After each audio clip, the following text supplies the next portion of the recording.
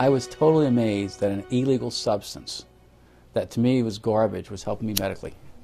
I was bedbound for about 5 years. I couldn't hold a job. I had to quit school. I was near death. I believe that the medical marijuana saved my life. I see it as a kind of wonder drug of our time. What this really is the marijuana legalization lobby taking advantage of sick patients. Legitimate sick patients need legitimate medications. It's a medicine. If it is a medicine, how come it is not regulated through medical fields? Never in my career did I find a chemical so ill-qualified to be defined as a pharmaceutical. I think the biggest problem is that you're talking about a highly impure substance. You get all this stuff that's floating around in marijuana. 488 substances, 66 cannabinoids. If you find a positive effect, then that justifies drilling down deeper and deeper to see where this positive effect is coming from. There's quite a bit of evidence that suggested that cannabis would be useful for a number of indications. Migraine and nausea and vomiting. Marijuana contains anti-inflammatory, antioxidant, and probably anti-cancer compounds. We found that cannabinoids can almost completely cure cancers in these mice. Do you think that there has been much of a conversation about the science? Not nearly enough. Not nearly enough. I think the political controversies have harmed the research side. You would think that our policies in this country should be driven by science, but I think for the most part they're not.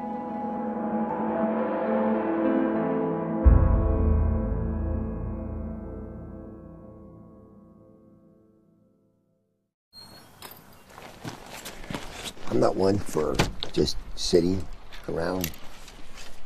I got to be out, and it's outdoor stuff. I'm not much for going to a gym to work out.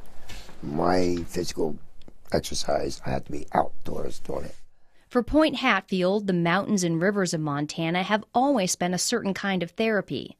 Running and river guiding in the summer and teaching backcountry skiing in the winter have helped him through life's many difficulties. But the greatest challenge of his life took the outdoors away from him. It was like 2 days after New Year's. It just dumped 2 feet of snow, and a group of us skied from Mammoth down to Gardner after work, and we went out for dinner. And when we were sitting having dinner, I just went like this, and there's a lump there. I had a radical neck disectomy. So they cut out this side of my neck. They took out the cleidosterniomastus muscle and all the lymph nodes. But the cancer came back. 2 more tumors and another surgery later, it was clear Hatfield would have to endure chemotherapy and radiation. Chemo and radiation were horrible, literally horrible, because I was throwing up almost all day long, every day. I zapped every ounce of life I had in me, just about. I was just hanging on by a thread. Just like he used to, Hatfield turned to the outdoors for comfort, trying to ski a small hill in his backyard. So I got 2 runs of 2 turns in, and then that's all I could do, wipe me out. 2 days after that, I went cross-country skiing with my wife, and I was able to do about a mile. That's all I could do. I was exhausted. Then after the 3rd round of treatment, I couldn't do anything. Hatfield's athletic frame melted from 160 pounds of muscle to barely 124 pounds. I used to have 15-inch arms, biceps. They went down to 9 inches. I used to have thick legs. I'm skinny now. I'm not used to being skinny. Are there things that you know that kind of trigger your nausea and things like that? No, it just comes. Just like that, it just comes. And we've used the other anti-nausea medications with you. I was on Ativan. I was on Zoloft. I think Zofran too. And there was a couple of steroids that I wore a patch with. I think there was a couple other drugs, too, that they tried. Dr. Jack Hensold is Hatfield's oncologist. He says these are common anti-nausea medications that work for most patients. We have very good anti-nausea medications now, and you know, I make a little bit of an advertisement for that right now. People don't get sick on chemotherapy as they used to because the standard anti-nausea medications are so good. But Point Hatfield wasn't one of those patients. They just did not work. Not at all? Not at all. Didn't alleviate anything. So what was the next step? Well, then Dr. Hensold asked me if I would be willing to try medical marijuana. I said, I'll try anything. We've had patients who've tolerated very well, and it's done some really good things for them. Even though Hatfield had his doctor's blessing, he still needed the green light from Wendy Gwenner, the hospital's oncology social worker. We had a fair number of patients who came out of the woodwork who probably were users anyway and said, well, gosh, I've got cancer. Can I get a card? And the answer is no, you can't. Gwenner carefully evaluated Hatfield's case, just like she does with every patient, before signing off on the medical marijuana recommendation. We have to be screening you and making sure that we've used appropriate medications as first-line treatment if our antiemetic medicines have not worked well, and we've gone through our cadre of medicines, then we would go to medical marijuana. After I got the medical marijuana, it just alleviated so much of that sick, pukey feeling, and alleviated the throwing up. Immediately? Immediately. Wow. Immediately. It's like it was a godsend. It was a wonderful thing. Because that throwing up all the time is not good. Right, right. I believe that the medical marijuana saved my life.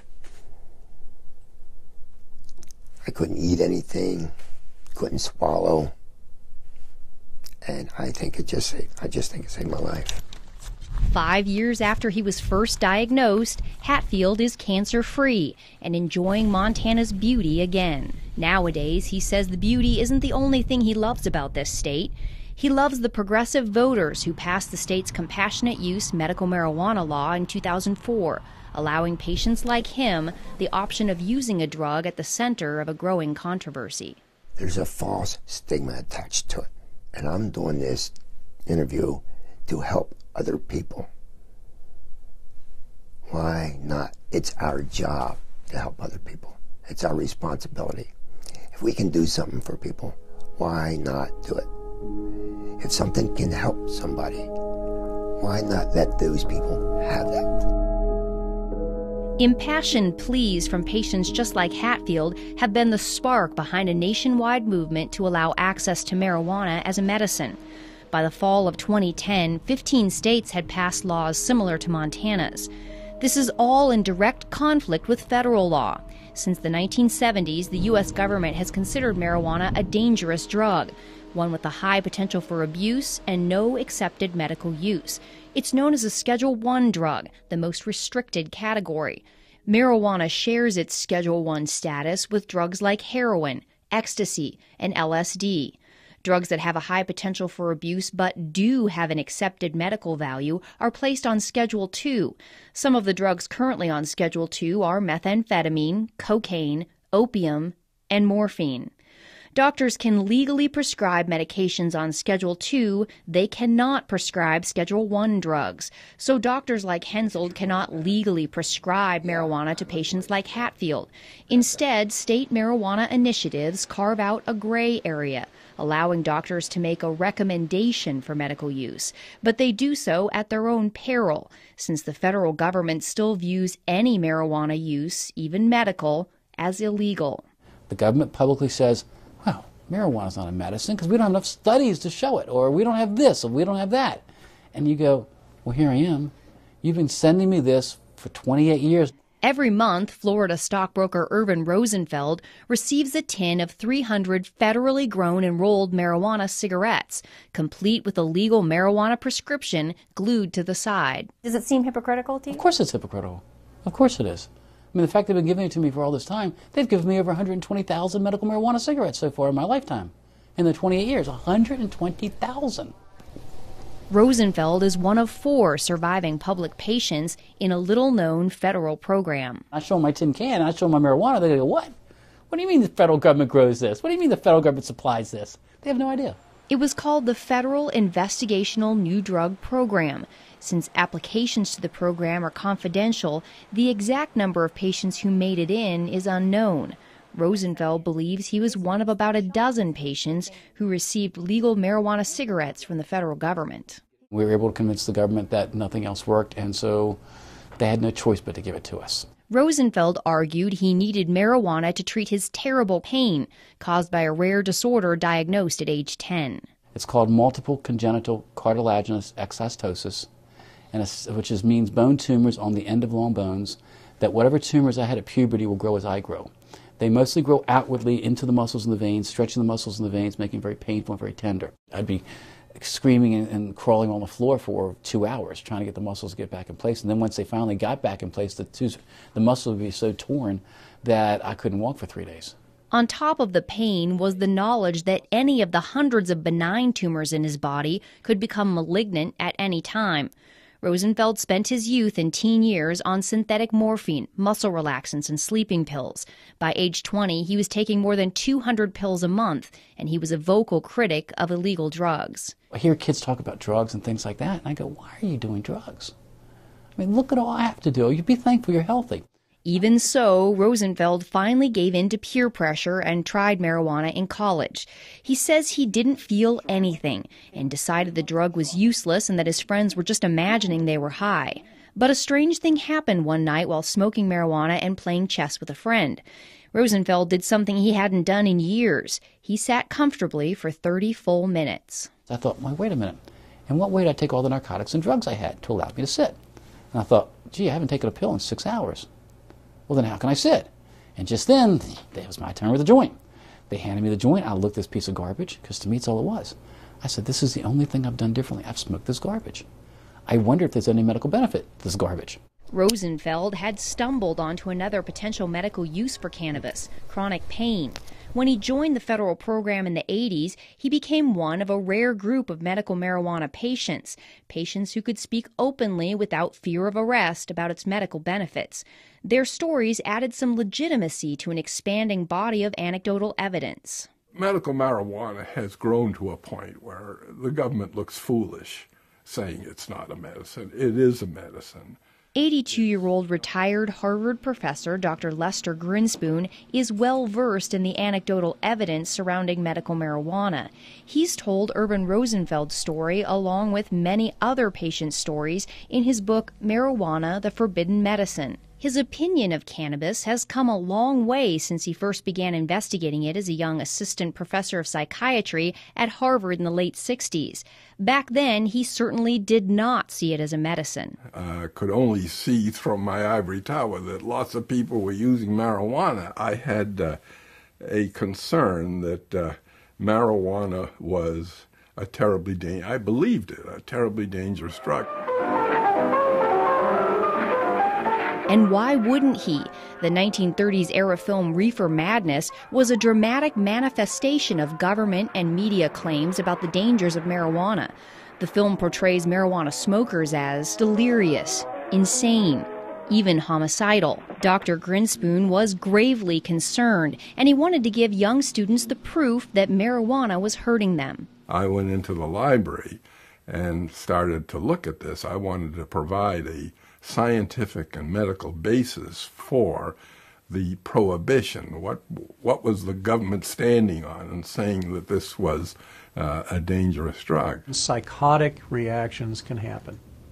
Marijuana is now known to initiate depressive episodes, delusional episodes, manic episodes, and even psychotic episodes. Dr. Eric Voth is an internal medicine physician and an addiction and pain specialist in Topeka, Kansas. He's also the chairman of the Institute on Global Drug Policy and has advised former presidents Reagan, Bush Sr., Bush Jr., and Clinton on drug policy. A critic of medical marijuana, he says one of his biggest concerns is the risk of mental illness, especially schizophrenia. There are clearly patients where it kind of uncaps the psychosis. Schizophrenia is a form of a psychotic illness, and uncapping it in people who didn't know they had it. There have been episodes, again, of people who have sort of uncapped and continued schizophrenic that did not have it ahead of time. Indeed, research has shown a connection between marijuana use and schizophrenia. There is also great concern over marijuana use in teens and young adults because their brains are still developing. But it's still unclear whether marijuana causes mental illness or someone with a mental illness is more likely to use marijuana. As a psychiatrist, Dr. Grinspoon's expertise was in schizophrenia, and he strongly disagrees with critics who say marijuana may trigger the disease. I think that is absurd. If you just take the fact that schizophrenia, the frequency of schizophrenia is about 1% the world around. Now, you would expect with a drug that's used as often as it is, you would expect that there'd be a little bleep in this. It doesn't change a bit. It hasn't changed. In fact, you can find as much literature about how cannabis is useful to schizophrenic patients as it's harmful. Dr. Grinspoon could not find evidence to back up the government and media reports that marijuana use leads to drug-induced violence,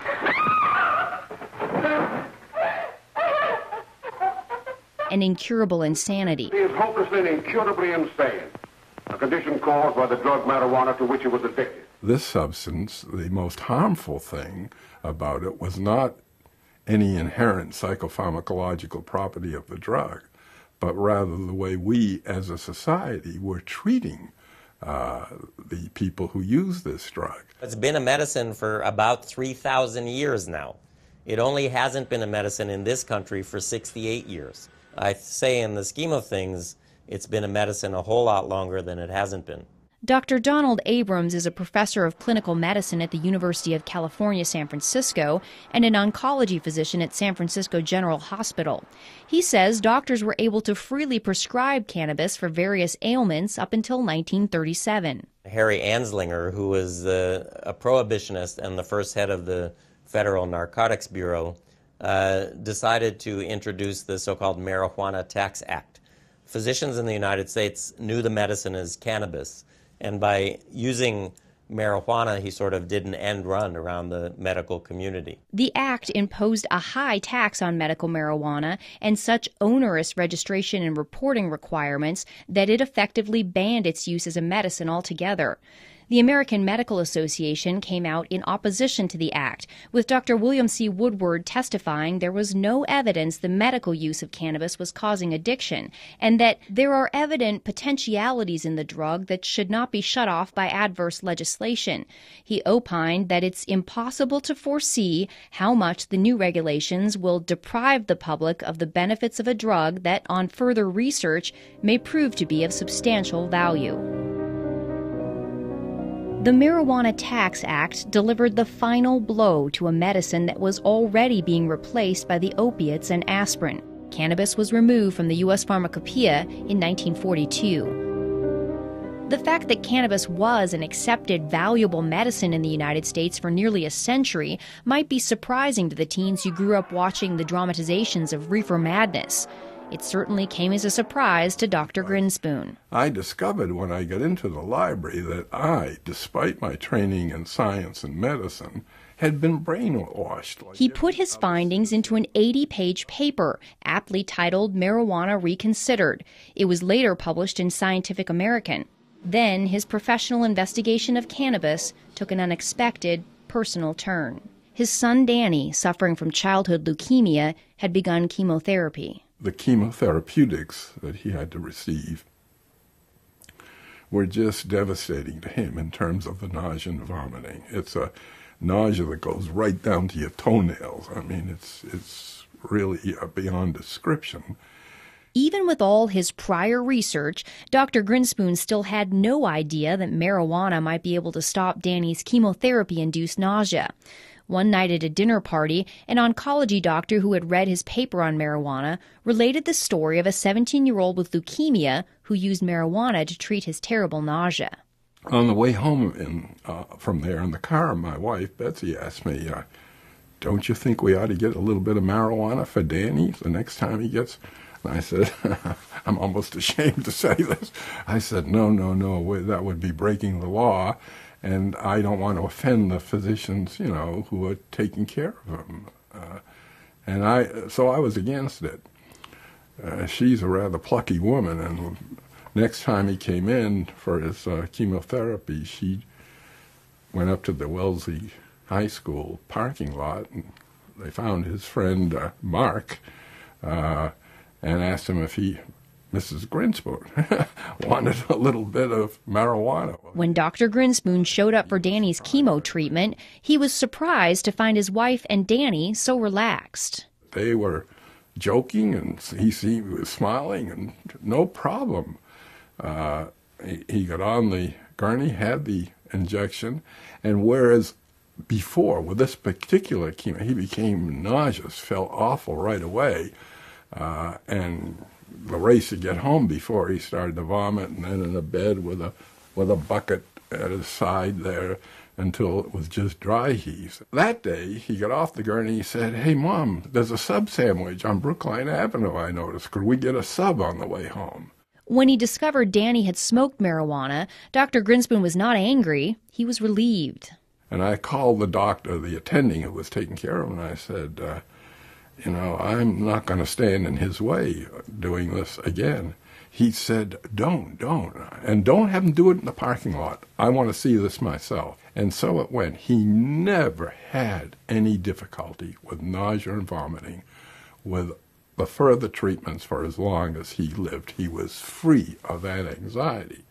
And I can tell you, it was not only a relief for him, it was a relief for his parents and his siblings. It was a godsend. Not surprisingly, Dr. Grinspoon has become an ardent supporter of legalizing marijuana for medical use. People who suffer from these symptoms and syndromes, depending on just how serious they are, that's always accompanied by anxiety. And to take and artificially impose another level of anxiety, the anxiety involved in doing something which is illegal, for which you can be punished, is cruel. By the 1980s, scientific interest in cannabis had begun to catch up with the personal experiences. According to a 1982 United States Institute of Medicine report, Marijuana and Health, the preliminary research coupled with anecdotal evidence warranted a closer look at medicinal cannabis. The report also found that marijuana attacks diseases and symptoms differently than other drugs. This offered the tantalizing possibility for drug companies to develop new, novel drugs out of the chemicals in the marijuana plant. The Institute of Medicine called for more research on these chemicals, known as cannabinoids. Even with this encouragement, research on cannabis failed to flower. There aren't many scientists or clinical investigators who are particularly interested in doing research in medical marijuana because it's such a hassle. Marijuana's Schedule I status means Dr. Abrams has to get approval from more than a half dozen regulatory bodies before he can start a cannabis medical trial. There are so many roadblocks that you have to go through. Marijuana is an illegal substance that I think a lot of investigators and even organizations just don't want to get involved in something that is so controversial. Dr. Igor Grant is a professor of psychiatry and the director of the California-based Center for Medicinal Cannabis Research. He says not only is the research bureaucratically difficult, it's expensive, and financial backers are hard to find. You know, an ordinary investigator just does not have the time or resources to do this kind of work. I mean, you really need, either federal or state funding or pharma funding, something to navigate this whole system. The center's research was funded by a $9 million grant from California taxpayers. The money allowed for a few legitimate small marijuana trials, including several done by Dr. Abrams, that confirmed what Rosenfeld was saying all along, that cannabis works on pain, especially pain that does not respond to opiates. All of them, to some extent or another, demonstrated that smoked marijuana is effective in this situation for which we really don't have very good treatments. I can say that the cannabinoids are almost certain to be useful in neuropathic pain based on the research that we've done. But even when researchers get significant results like this, Dr. Abrams says cannabis research can still be an academic dead end. When I submit it for publication, I have found what I perceive to be a publication bias, that people are not particularly interested in publishing data suggesting that marijuana might have some benefits. All of those things, I think, sort of dampen anybody's enthusiasm to take on medical marijuana research. And scientists are not getting much help from pharmaceutical companies either. No pharmaceutical company is interested in supporting, marijuana research. Because it's a naturally occurring substance out in the world, so you can't patent it per se. So the research on it is quite dicey. It really is. Nobody can make any money on that research or on that development. Even if drug companies created a novel marijuana plant drug that they could patent, doctors could not prescribe it. It's going to be a class 1 type of drug. It's not going to be broadly used. And again, why do you want to spend a lot of time developing a drug that you can't really sell? Why would a pharmaceutical company want to get involved with something like that? I think until marijuana is rescheduled, large-scale research will probably not occur. Advocates have been mired in a decades-long legal fight with the U.S. Drug Enforcement Agency to do just that. In the late 80s, they made the argument that marijuana has accepted medical value and that it belongs on Schedule II. It was almost past Francis Young, I believe, was the DEA administrative judge who, my understanding was, basically suggested that it be made a Schedule II. According to government documents, the DEA's administrative law judge, Francis Young, found there was incontrovertible evidence that cannabis was an effective medical treatment for nausea and appetite loss, multiple sclerosis, and spinal cord injury spasms. Judge Young ruled marijuana should be moved to Schedule II, writing, "The evidence in this record clearly shows that marijuana has been accepted as capable of relieving the distress of great numbers of very ill people. It would be unreasonable, arbitrary, and capricious for DEA to continue to stand between those sufferers and the benefits of this substance." For those who were concerned about marijuana's side effects, Young ruled that as a medicine under a doctor's supervision, marijuana in its natural form is one of the safest therapeutically active substances known to man. The DEA and other federal agencies disagreed. They overruled Judge Young's decision and kept marijuana on Schedule I. But the ruling did add to growing pressure on the U.S. government to go beyond its own compassionate use program and make marijuana legally available as a medicine.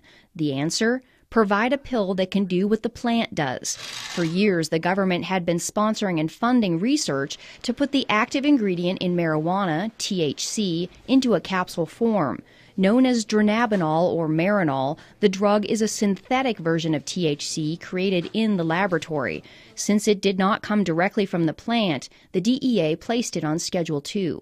They wanted to have an answer to people like me. There is a medicine out there that people can buy. They don't have to use herbal marijuana. Dr. Grinspoon says the problem is Marinol does not work as well as marijuana. You take people who have used both herbal marijuana, smoked it or ingested it, and Marinol or dronabinol. Every time, never an exception. Oh, I much prefer herbal marijuana. It was my experience when AIDS patients first started taking dronabinol back in 1992 that they didn't like it. The absorption when taken orally of THC is very variable and low. The gut only absorbs 12%, plus or minus a few percent depending on the individual. The problem with taking it through the gut, you have to wait for an hour and a half to 2 hours to know whether you're getting relief from the pain or the nausea or whatever it is you're trying to relieve. How does Marinol compare in all this? I was talking earlier. I mean, do you feel like it's as effective as the plant or no? No.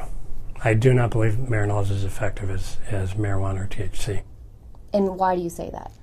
I've never really seen it work. We've had it on, it's expensive, and I've never had a patient who seemed to get much benefit from it.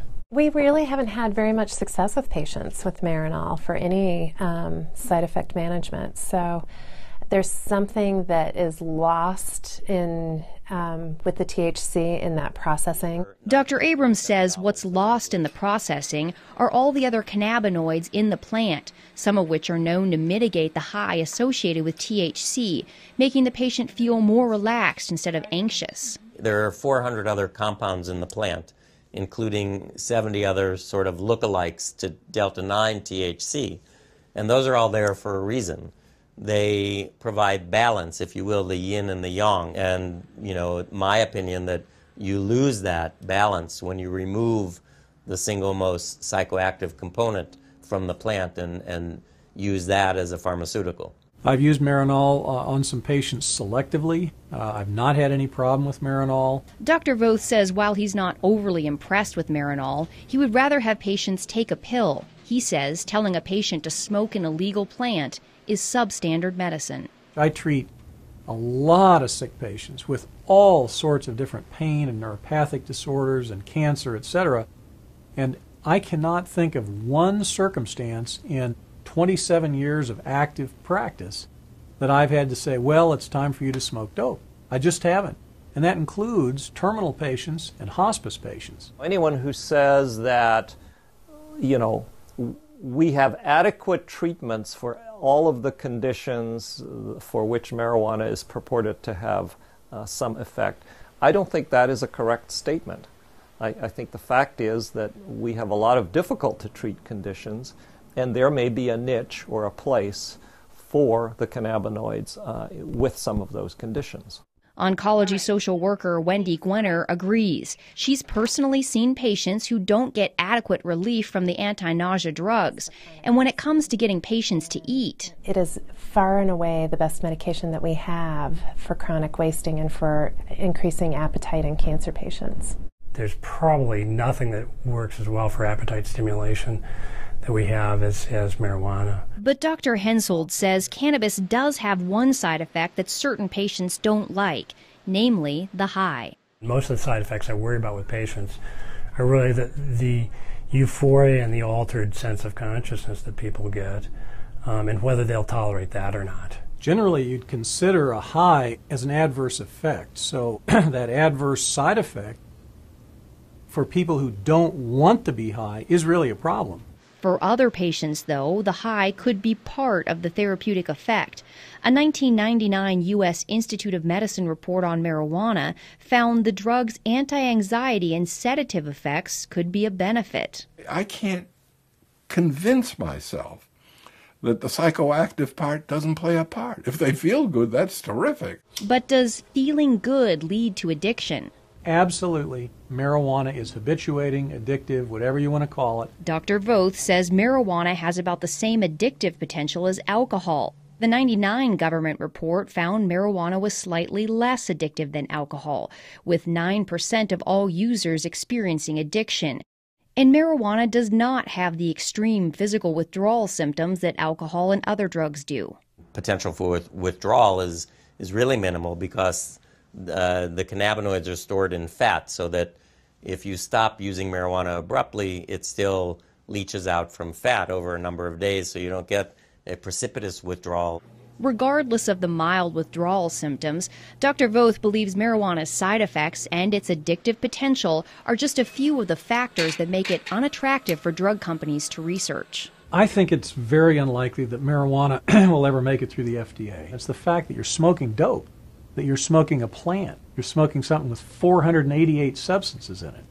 So there's the rub. Schedule 1 is a side issue. It may chill things a little, but it's really that you're looking at smoking dope as a medication.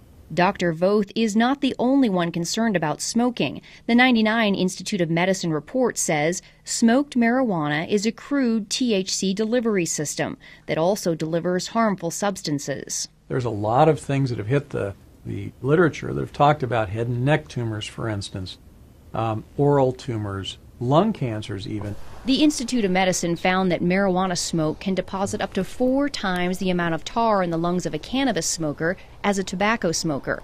Studies have also shown that marijuana smoke contains higher concentrations of the same carcinogens found in cigarette smoke.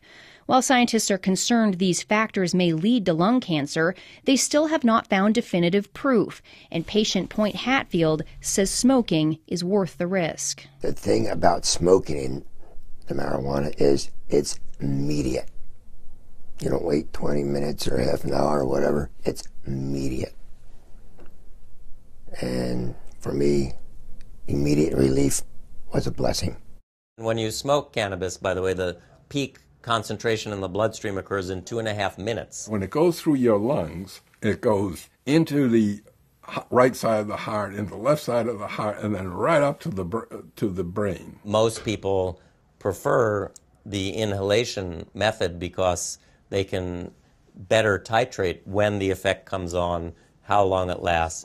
Dr. Grant says until someone comes up with a fast-acting inhaler, smoking may be their best option. I'm not sort of in the camp of people who say, well, I grant you marijuana may work, but it's absolutely unacceptable because it's smoked. I don't think that's right. Do you worry about patients smoking?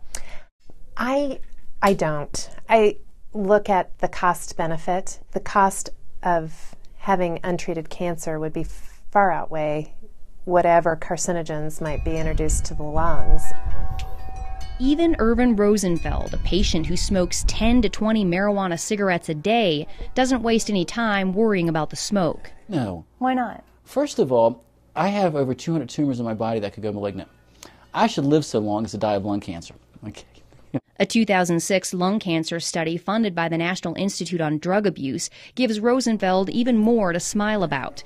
Researchers unexpectedly found that chronic, heavy marijuana smokers not only had no increased risk of developing lung cancer, but they actually had a decreased risk. Marijuana contains anti-inflammatory, antioxidant, and probably anti-cancer compounds in it. This is where the complexity of the plant is both a blessing and a curse. With dozens of cannabinoids and hundreds of other compounds, it's difficult to pinpoint the source of the beneficial effects found in the smoking study. There are challenges in doing research on something that has, 150 different chemicals in it. Critic Dr. Eric Voth believes the true medical potential of cannabis lies in targeting some of those chemicals, not smoking the entire plant. There are elements in the cannabinoids and various cannabinoids that have a lot of positive effect and very little addictive or high causing effects. Scientists have managed to isolate and focus attention on one of those. It's called cannabidiol, and next to THC, it's one of the most abundant cannabinoids in the plant. CBD is cannabidiol, which is another cannabinoid like the main psychoactive ingredient, but instead of getting people high, CBD seems to be a very potent anti-inflammatory and analgesic. So it relieves pain and decreases inflammation. But what I'll do is I'll just kind of put the stove on low. I'll spoon out a little bit of the canna butter, about that much as a dose is worth for the night. And I'll put it into the pan and just let it melt down.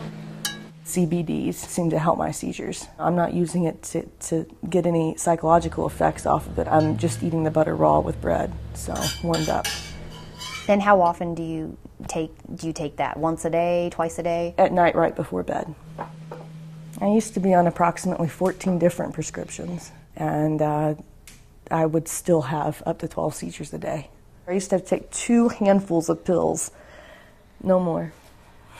While this 27-year-old epilepsy patient is relieved to be taking medical marijuana, she's considerably more anxious about showing her face and has requested we conceal her identity. Why do you not want to show your face?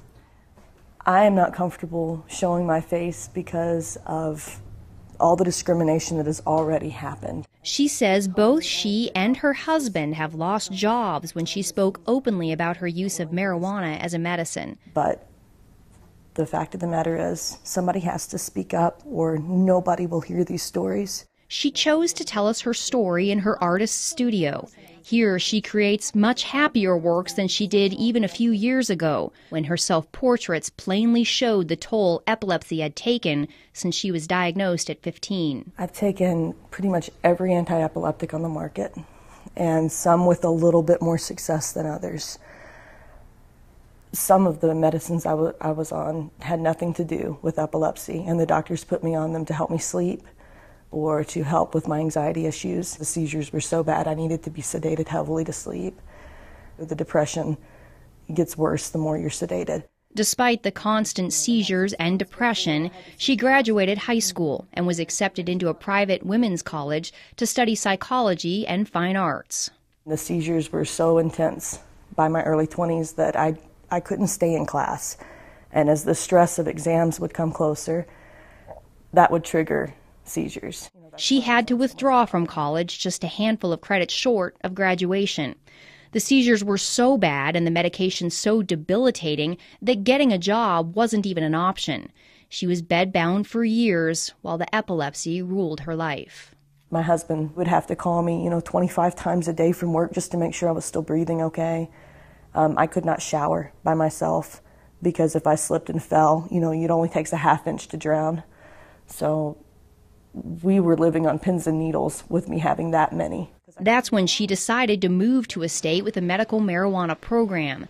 She had read stories about its potential to treat epilepsy, and she wanted legal access to it. How did that impact your seizures? They started slowing down. I had to build it up in my system, and it wasn't until I started ingesting it that they really stopped completely. The potential of the CBDs in marijuana to mitigate epileptic seizures is not new.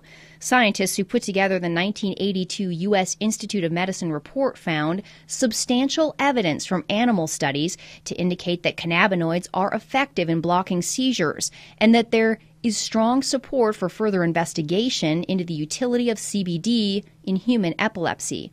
The subsequent 1999 Institute of Medicine report was less enthusiastic, saying the solid scientific evidence still isn't there yet, and it was unlikely to be a fruitful area for drug research. I'm not waiting for the FDA approval to come through. I know how it affects my body, and that's one thing that I've learned through taking prescription drugs all these years. I have to know how this stuff is going to affect me, not what somebody else says it does for them. Not only has it completely stopped her seizures, but she says something in the plant works for her anxiety, depression, and insomnia too. So she sees the scientifically undesirable cornucopia of substances in the plant as a benefit, not a detriment. The fact is it works. It works better than anything I've ever tried, any pill I've ever taken. The cannabinoids have multiple actions. It's not just on pain or, in her case, maybe anti-epileptic action, but for many people, they have a sedative and anti-anxiety effect and so forth. I'm a cancer doctor, and I often suggest to my patients that they consider marijuana for their loss of appetite, nausea, pain, depression, and insomnia. It's one medicine they could use instead of 5.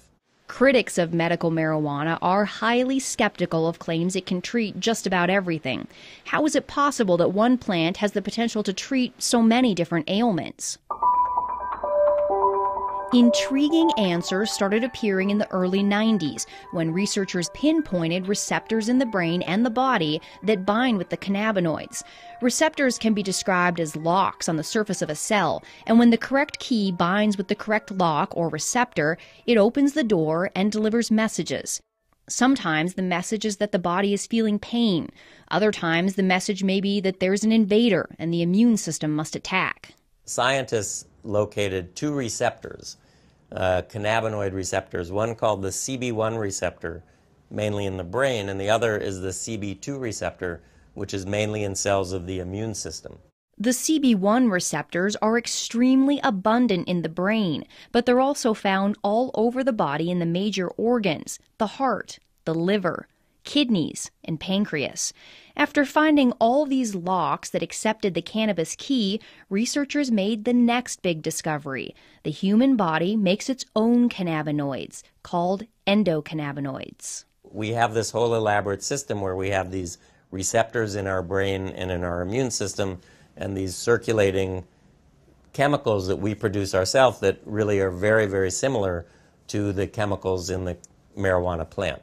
The only difference is that the endocannabinoids that we produce are in such small quantities, and they're also rapidly degraded, so that therefore we are not high all the time, or we don't have that feeling of euphoria all the time. Dr. Prakash Nayagarkatti is a professor of pathology and microbiology at the University of South Carolina.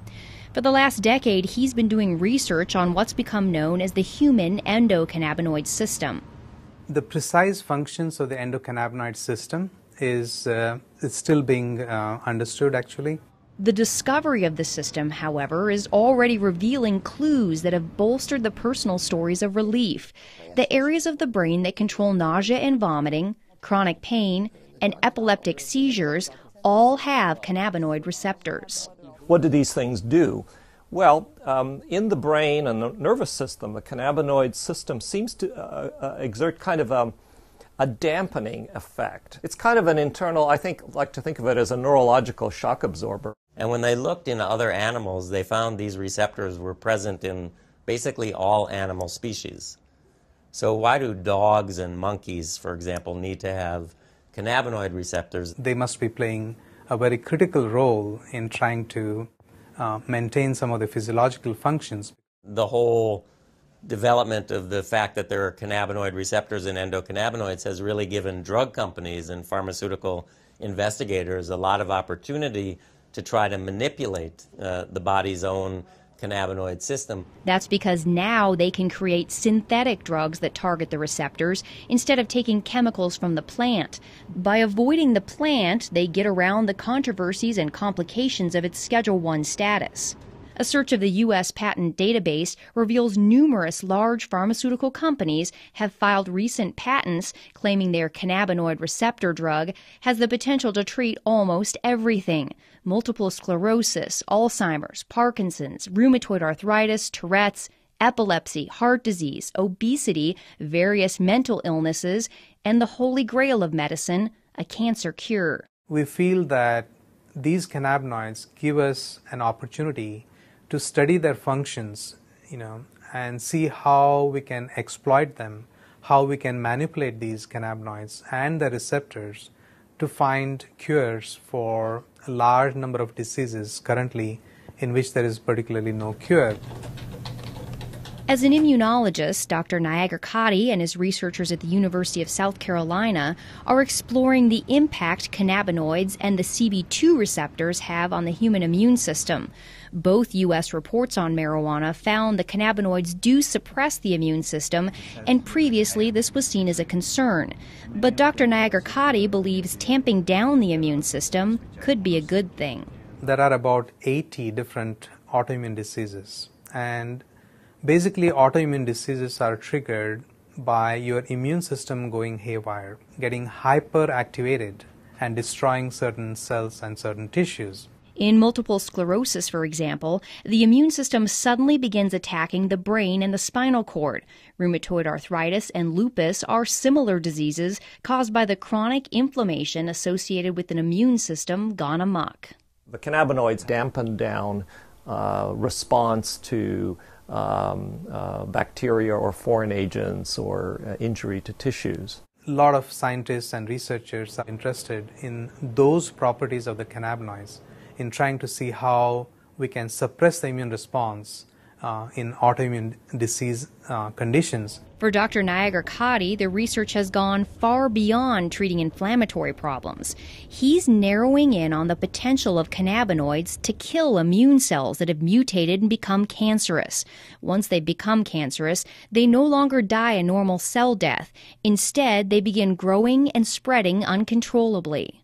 We were one of the first labs to demonstrate basically that not only the immune cells, the normal immune cells express these cannabinoid receptors called the CB2 receptors, but also that when these immune cells get transformed and they become cancer, to our surprise, we found that these cancer cells continue to express these CB2 receptors. This was an exciting discovery because the CB2 receptor can act like a target for the cannabinoids. Once they bind with the receptor, they can tell the cancer cell to die. So basically telling the cells basically to commit suicide, and that's what they do. And we demonstrated that that would be the mechanism by which the cannabinoids can kill the cancer, and therefore it can be used effectively as an anti-cancer agent. Dr. Niagara Kadi and his researchers were able to eradicate almost 100% of the cancer in test tubes. but they were skeptical they would see similar results when they moved on to tumors in mice. To our surprise, we found that almost 25 to 30% of the mice completely rejected the tumor. They were completely cured. And in addition, we found that the remaining mice also, there was a significant reduction in the volume or the size of the tumors as well. The lab results have been so promising that Dr. Nagarkoti is beginning clinical trials with leukemia patients. There's no doubt in his mind that the cannabinoids, either from the plant or lab created, will play a major role in medicine in the future. I feel that in the next 5 or 10 years, there is going to be exponential growth in cannabinoid research. It's an area where both the critics and the advocates agree. Scientists are now well on their way to developing medicines based on the cannabinoids. It begs the question, however, will modern medicine eventually make the marijuana plant obsolete? No, it will not. In fact, it will only enhance it. Okay, because now it's more proof that the plant really does work. Okay, and instead of spending $600 a month on buying the pharmaceutical drug, I can grow my own plants. I don't want them to ever take the choice away, because I don't know how long it's going to be before they really find out exactly what is working for me or for others. And right now, having the raw plant available is the best solution, because you have all of it there. You don't have just what they've isolated, just what they've decided is important now. Let's keep it in the corridors of science. Let's keep it in the FDA. Let's do what needs to be done, which is careful, longitudinal, placebo-controlled, crossover, head-to-head studies, and see where it falls out. But let's deliver what's really medicine. That is the individual cannabinoids. They may come across some things that are better than herbal marijuana for one thing or another, and good luck to them. I'd love that. But I never want to see compromised the capacity of people to use herbal marijuana, whether it's because the drug that they've come up with is much more expensive, or it doesn't do as well, or whatever the reason. That people should always have herbal marijuana available to them without any constraints from the law. Patients say for now the question is irrelevant. Science has not yet given them the opportunity to choose between an effective pill or the plant. This is something where I have no other medical alternative to treat this condition. I have exhausted all of modern medicine's alternatives, and they have really screwed my body up. She says cannabis has allowed her to hold down 2 jobs and make plans to go back to school and finish those last credits. There is so much promise now where there was none before. Without the 10 to 12 cannabis cigarettes a day, I would not be working. I most likely would be on disability. I'd be homebound, and I'd be a drain on society versus a productive member of society. The federal program that allows Irvin Rosenfeld to legally use marijuana for chronic pain was shut down in 1992. Today, he's one of a few living patients who were grandfathered in and still receive marijuana every month, courtesy of the U.S. taxpayer. Point Hatfield believes he will never gain back the muscle he lost during his cancer fight, but he got his life back, and he thinks people should not underestimate this plant just because it doesn't come with a prescription. It's medicine. It's medicine just like aspirin is, or Zoloft, Ativan. It's a medicine. Marijuana is here to stay. It is certainly here to stay as a medicine. Dr. Grinspoon says the social stigma surrounding marijuana has damaged the medical research for too long. Today, he's on the advisory board for the marijuana advocacy group NORML, because he believes the only way marijuana will reach its true medical potential is if it's fully legalized. He's felt this way since the 70s, when he predicted the medical promise of cannabis would lead to a repeal of the prohibition in less than a decade. For years, I waited for my prophecy to come true, and I despaired that I would never see it in my lifetime. And I'm 82 and I have cancer now, so I'm not sure I will, but at least I'm seeing, this boat was dead in the water for all the years I was running around testifying, so forth. Nothing. And now, since medical marijuana, wow, are we making progress? Well, you're going straight to the heart of the issue, which really is the medical excuse movement is a means to get the camel's nose under the tent. The folks that are pushing the medical excuse movement really come from the medical legalization movement. I think it's not helpful to brand people's motivations. It may be the case that there are some people out there who really are trying to legalize marijuana under the cloak of medicine. I don't happen to be one of them. I'm more interested in seeing if there is a medical indication here, and if there is, I think it is a social responsibility to provide that for people who are suffering. The scientists are not here to make, like policy decisions, but our goal is to find out the truth. To that end, the American Medical Association and the American College of Physicians have taken positions that marijuana should be moved off of Schedule 1 to make research on the cannabinoids easier.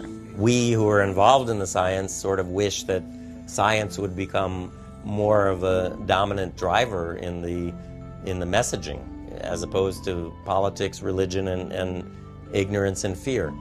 I like to say it's time to have more light than heat on the subject, and clear away the smoke here. When you strip away the smoke of the social and political issues, one thing is clear. After decades of controversy, conjecture, and limited research, we have arrived at last in the realm of science. We know more about the secrets of this complex plant than at any other time in history. The only question now is where that knowledge will take us.